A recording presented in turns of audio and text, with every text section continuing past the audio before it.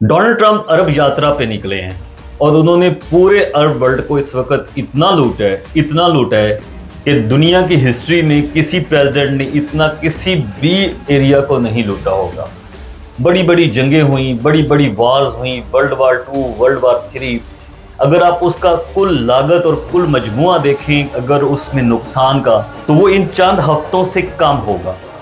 अब आप इसे भीख कहें, भत्ता कहें, रिश्वत कहें या कोई भी नाम दे दें, लेकिन डोनाल्ड ट्रंप ने जिस लेवल का पूरे अरब वर्ल्ड को लूटा है, वो तारीख में किसी मकाम पे, किसी जगह पे ऐसा जिक्र में नहीं आया।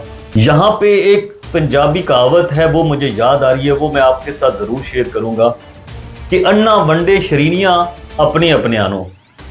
जहां पाकिस्तान इस वक्त IMF से $1 बिलियन लेने के लिए तरले मिन्नतें जो वो कहते हैं करने को तैयार खड़ा होता है, यही सऊदी अरब पाकिस्तान का प्राइम मिनिस्टर जाता है तो उससे कभी मिलने को नहीं आता।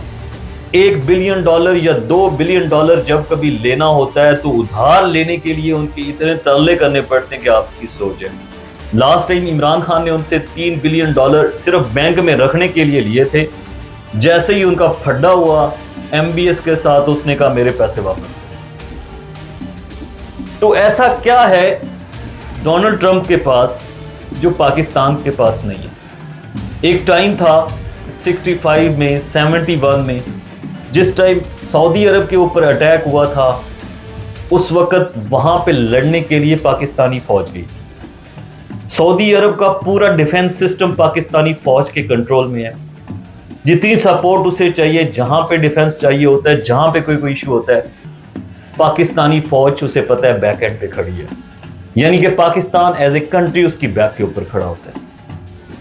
लेकिन सवाल यहां ये पैदा होता है कि डोनाल्ड ट्रंप आता है, उसके ऊपर पैसों की बरसात हो रही है, उसे रेड कारपेट जो है वो इनॉग्रेशन मिल रही है और वो प्रोटोकॉल मिल रहा है जो कभी हिस्ट्री में किसी प्रेसिडेंट को नहीं मिलता।